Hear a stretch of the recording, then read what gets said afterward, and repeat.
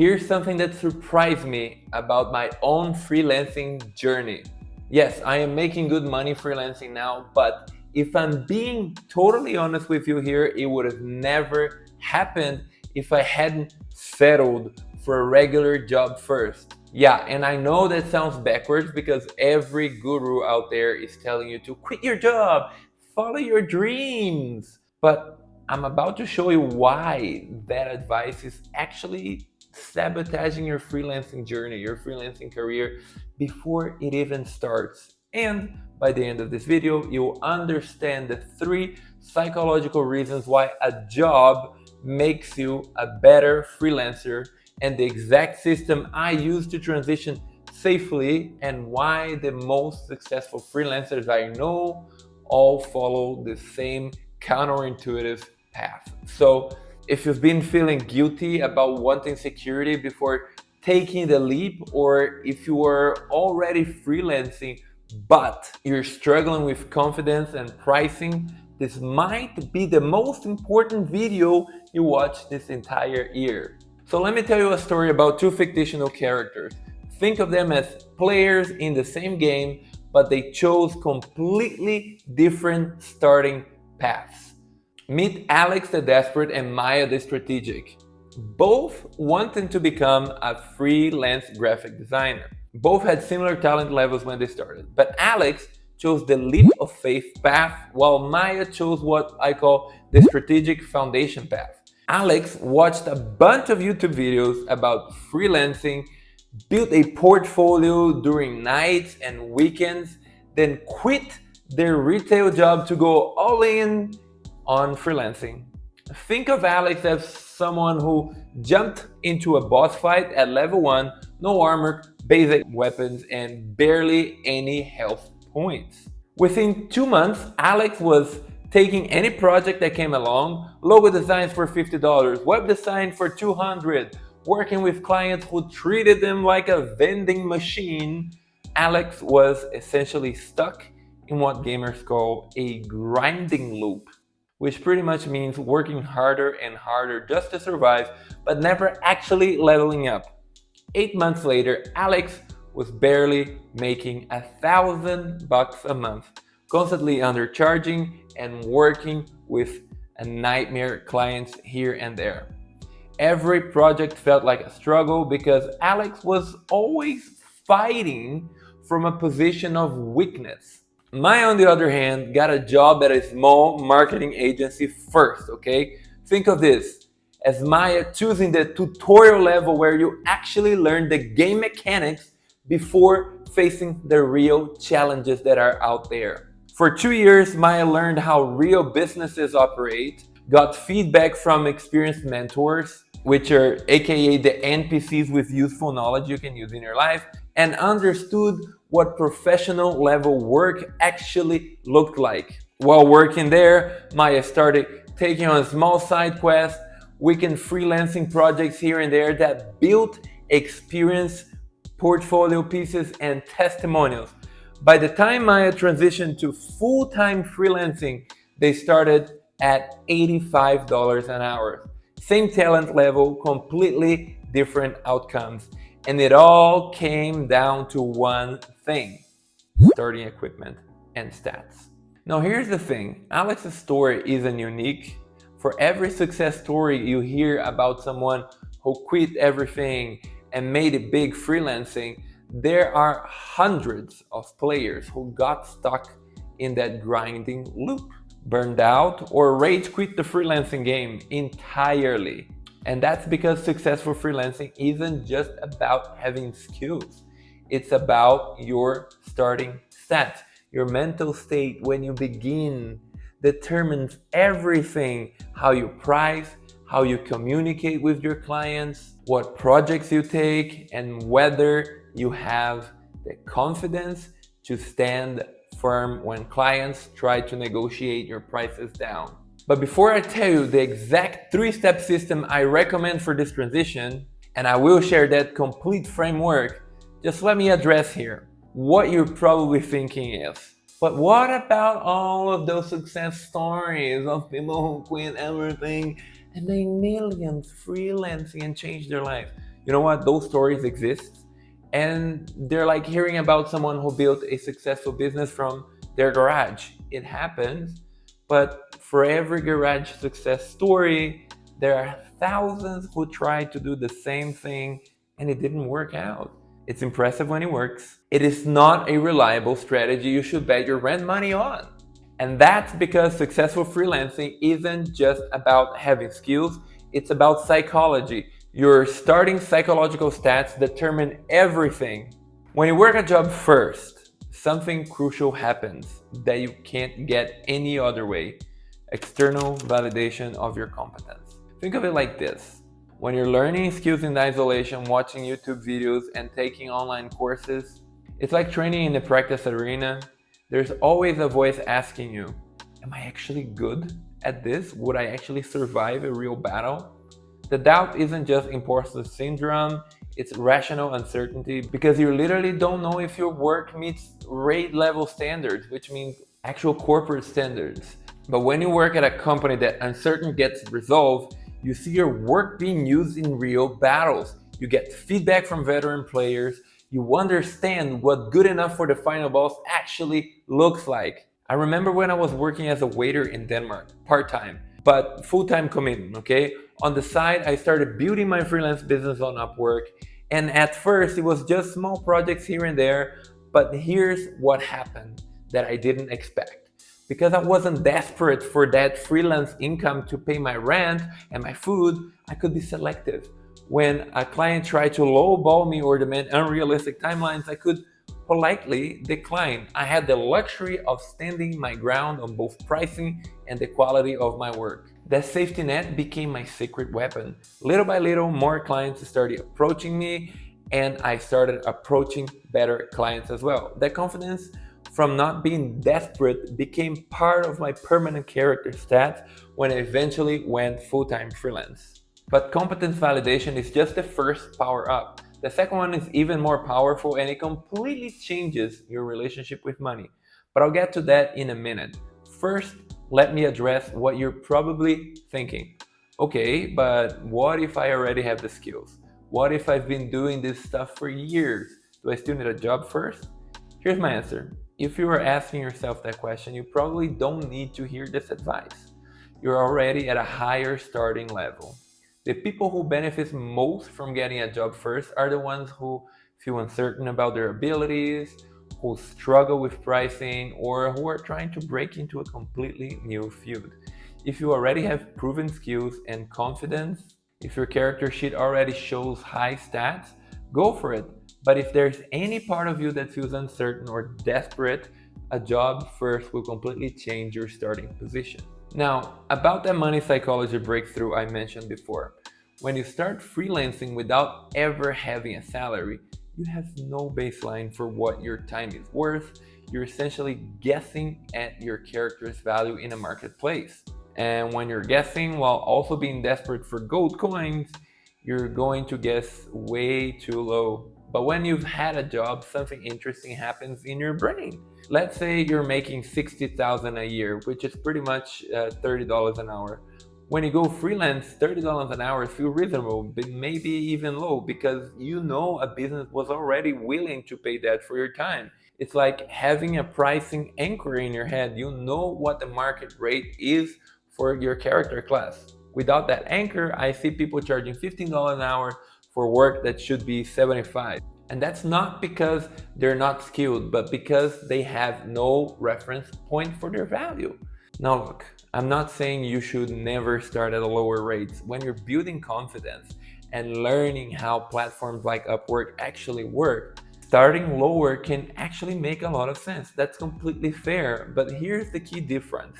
When you have that job income on the side, it becomes so much easier to slowly increase your rates instead of getting stuck at those lower numbers for months or even years. You're not trapped by desperation. You can test even higher prices, lose a few prospects, and still pay your rent while you figure out your market value.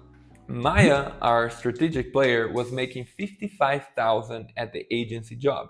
When Maya went freelancing, she started at $85 an hour and felt neutral because Maya knew the work she was generating was way much more valuable than 55,000 a year. But the third advantage might be the most important. You learn how businesses actually work. When you work inside a company, you see the full picture. You understand deadlines, budgets, how different departments communicate with each other, and what actually matters to the people making decisions. This is impossible to learn from the outside. It's like trying to understand how a restaurant kitchen works by only seeing the finished plates. It doesn't make sense. Alex, our desperate freelancer, was constantly surprised by client requests that seemed to come out of nowhere. Hours spent on revisions that weren't in the scope, delivering work that was technically perfect but didn't solve the client's actual business problem. Meanwhile, freelancers who've worked on jobs understand that when a client asks for just a quick change, they're usually dealing with pressure from their own boss or something else. They know how to ask the right questions up front. They understand what urgent actually means versus what clients say is urgent, okay? This brings me to the three-step system I promised, the exact framework from transitioning from job to freelancing without the stress, desperation, or financial anxiety that destroys most freelancing careers. But first, I want to address the biggest objection I always hear, which is you not subscribing to this channel. So if you are here, please make sure you subscribe to this channel and click the like button. And yeah, so we can make more videos like this. And here's the biggest objection. But won't working a job make me too comfortable? Won't I lose my entrepreneurial drive? Look, I get it, okay? There's this romantic idea that you need to burn under boats and force yourself into success through desperation, but desperation is not a strategy. It's like trying to drive cross country with an empty gas tank. You might make it a few miles, but you're probably gonna get stranded somewhere. Desperation makes you weak in negotiations. It makes you accept terrible projects. It makes you work for poverty wages while telling yourself you're building your character. And I know this because I lived it. I actually left my secure waiter job a little earlier than I should have. I thought I was ready, but I wasn't. And that threw me into this cycle of desperation for about 4 to 5 months. Suddenly, I couldn't be selective anymore. I had to take every single job that showed up, regardless of the rate or how unreasonably the client seemed. I was constantly worried about getting bad reviews, which would hurt my ability to get future work. It was this vicious cycle where the pressure to say yes to everything actually made me worse at my job, not better. I actually didn't deliver the quality that I wanted to. And that experience taught me firsthand why financial pressure is the enemy of good decision making. When your rent depends on the next client say yes, you lose all your negotiating power. Really, trust me on this one. Real entrepreneurial drives come from confidence and not desperation. And confidence comes from knowing you can create value, knowing what that value is worth, and having enough resources to walk away from bad quests. And the first step is choosing the right starting area. Not any job, the strategic job, if you can, of course. You want a position that gives you three things: skill development, industry explosion, and client interaction. Don't just look for any marketing job. If you want to start freelancing in marketing, look for a job at an agency where you work with multiple clients. Think of it as training ground where you face different types of challenges. Look for a role where you interact with decision makers. Look for a company that does the type of work you eventually want to freelance in. But here's the reality, and it was my reality: sometimes you can't find a job in your target field. In my case, I had no real marketing experience, didn't go to college, none of the traditional background, so I became a waiter. That's what I could do. And you know what? That was amazing. That worked just as well, maybe even better, honestly. Service jobs or any other type of stable work can be perfect for this strategy because they don't drain your mental energy on the same skills you're trying to develop as a freelancer. At least it was my experience. When you're waiting tables, you save your brain power for the things you actually want to work on. You can study, experiment, and build your freelance skills when you get home, instead of being mentally exhausted from doing similar work all day, every day at your new job. The goal isn't to just collect a paycheck. The goal is to get paid while you level up your business knowledge stats. Step 2 happens while you're working. You start building your freelance foundation through strategic side projects. Notice I said strategic, not just any side hustle, okay? You want projects that build three things: portfolio pieces, testimonials, and system. Think of these as optional side quests that give you valuable experience points and gear upgrades, okay? Start with one small client, maybe someone in your network, maybe a nonprofit, maybe even a department in your own company that needs help with something outside your job scope. The goal isn't money here initially. The goal is to practice the entire freelancing process: discovery calls, proposal projects, management, delivery, getting testimonials.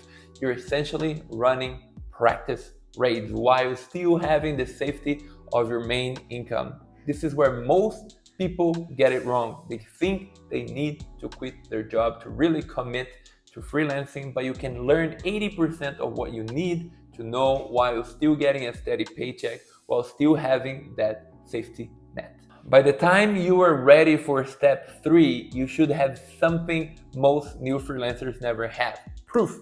Proof that you can deliver results, proof that your clients will pay for your rates, proof that you can handle the business side of freelancing. But the timeline for this transition is crucial, and it's different for every single person. Some people are ready in 6 months, others need 2 years. And there's a simple test to know when you are ready to face the final boss. And step 3 is the actual transition. But it's not about reaching a specific income level, okay? It's about reaching a specific confidence level. Having enough stats that you feel ready for the challenge. You know you're ready to go full-time freelance when 3 things are true. First, you have 3 months of expense saved up. And it's not because you need 3 months to find clients. If you've done the steps 1 and 2 correctly, you should have clients waiting at your door. But because financial stress kills good decision making, and 3 months gives you the mental space to reject terrible quest offers. Second, you have at least 3 recent clients' testimonials that speaks to both your skills and your professionalism. This proves you cannot just do the work, but manage the relationship side. That you're not just a good fighter, but a good party member. Third, and most importantly, you feel excited about freelancing instead of desperate, because desperation is not good. When someone asks about your rate, you don't panic, you know your worth. When a client pushes back on your scope, you don't immediately fold. When someone wants to negotiate your price, you can have that, conversation from a position of strength instead of fear. You've essentially leveled up to the point where you feel ready for the boss fight, the real success story. Let me tell you what happened to our characters after following different paths. Alex, who started from desperation, eventually burned out after a year and went back to a regular job, which is fine. All that talent, but the grinding loop was unsustainable. Maya, who took the strategic path, built a freelancing career that actually felt sustainable and enjoyable. No desperation, no imposter syndrome, no working with nightmare clients because of fear of saying no. But here's the real important part. Maya felt calm about the whole transition. The freelancing game became fun instead of stressful. That confidence transformed everything. Better clients, better projects, better income, all because Maya built their freelancing career on a foundation of strength instead of fear. Take the time that it needs. Now, I know some of you are thinking, but what about all the time I waste working on for someone else? What about the opportunity cost? Here's the thing. Opportunity cost, yes, it goes both ways. You might miss some freelancing opportunities while you're working a job, but you also avoid the catastrophic mistakes that destroy most new freelancing careers. I've seen too many talented people burn out of freelancing entirely because they started from desperation. They associated freelancing with stress, financial anxiety, and difficult clients. Some of them never went back to freelancing, even after developing better skills. It's like asking, what's the opportunity cost of learning game mechanics before attempting the hardest difficulty? The answer is avoiding permanent damage to your character. And this is what I mean when I talk about systems here over hustle. The hustle mentality says you need to grind your way to success, work 80 hours a week, and sacrifice everything for your business. The systems approach says you need to build sustainable advantages that compound over time. Confidence compounds, industry knowledge compounds, professional relationships compounds. And here's a practical way to test this. If you have a full-time job in service or any other area, you can gradually shift the balance. Try working a little less in your job and a little bit more freelancing and see how comfortable you feel balancing these two income streams. This lets you test your readiness without the all or nothing risk. Maybe you go from 40 hours a week at your job to 32 and fill those 8 hours with freelance work. You get to feel what it's like to depend partially on your freelance income while still having that safety net. When you start freelancing from a position of strength, you're not just more likely to succeed, you're more likely to build a freelancing career you actually enjoy it. You're playing the game strategically instead of just grinding harder. Now, if you've been feeling guilty about wanting security before taking the freelancing leap, I want to give you this permission to stop feeling guilty, okay? There's nothing wrong in wanting to feel confident in your abilities before you bet your rent money on them. There's nothing wrong with wanting to understand how the game works before you start your own campaign. The people who tell you otherwise usually have something to sell you. A course, a coaching program, a system for instant success. But real success isn't instant, it's built step by step, level by level, quest by quest. So let me paint you a picture here of what this actually looks like in real life. You spend 1 year working at whatever job provides a stable income for you, okay? Maybe waiting tables like I did, maybe retail, maybe something completely unrelated to your freelancing goals. And the key here isn't the type of job, it's the financial stability it provides. During that time, you're building relationships with clients on platforms like Upwork, for example. You see how they communicate, what they really need versus what they say they need, how to handle difficult situations and conversations about the scope and the pricing. You work on projects that generate real results for real businesses. On weekends, maybe you start taking on small projects, and let's call them your side quests, maybe $500 or $1,000 here and then, 2,500, practicing having discovery calls, writing proposals, managing timelines, and you build a small portfolio of work you're genuinely proud of. After 18 months, maybe you have $15,000 in saving, strong testimonials, and enough side project income to know there's a demand for your services. You give your boss a month's notice and transition to freelancing. On day one of your freelancing career, you're not desperate, you're not guessing your rates, you're not working with anyone who you hate. You're not just gonna be begging for jobs. You're a professional with proven skill, industry knowledge, and the confidence to charge what you're worth. That's the difference between building a freelancing career and hoping for one. Here's something else most people don't consider: the long-term trajectory. Freelancers who start from desperation often get stuck in that grinding loop I mentioned before, and they work harder, not smarter. They compete on price instead of value.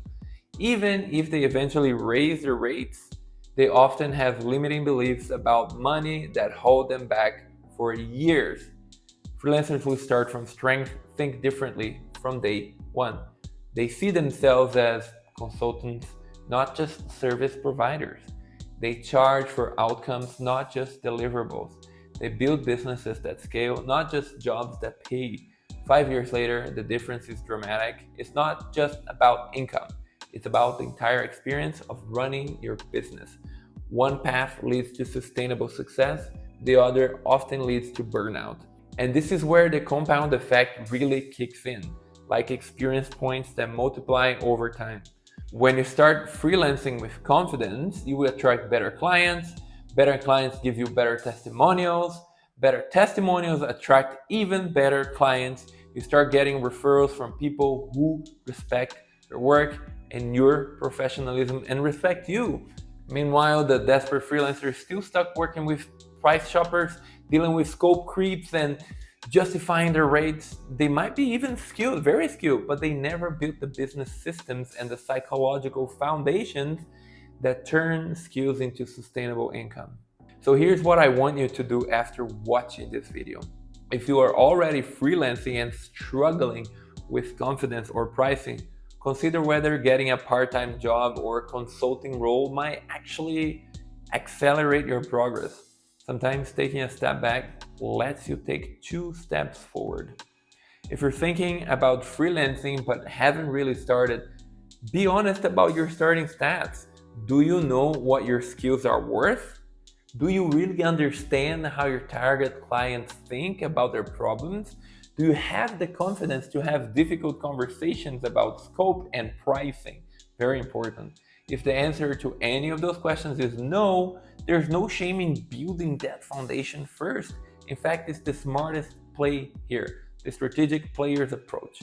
Why am I sharing this? Look, I know this advice isn't what most people want to hear. It's not sexy. It's not the exciting quit your job and make your millions in 90 days story, but it's honest.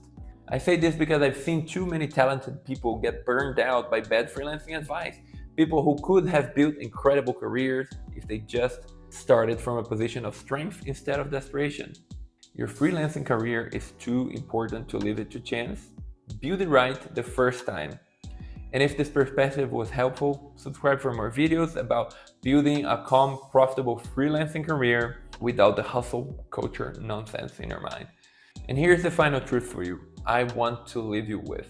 There is no rush. The freelancing economy isn't really going anywhere. The opportunities aren't disappearing. Actually, I argue that they are even more. Take time to build a proper foundation. It doesn't make you less entrepreneurial. It makes you more strategic. And strategy beats desperation in the long term 100% of times. And if you like this video, then you would also like my video on the 10 journaling prompts that I really use almost every day to have a better view of what's happening in my life and how I can approach with a growth mindset. Thanks for watching, and I'll see you in the next video. Much love. See you next time. Bye.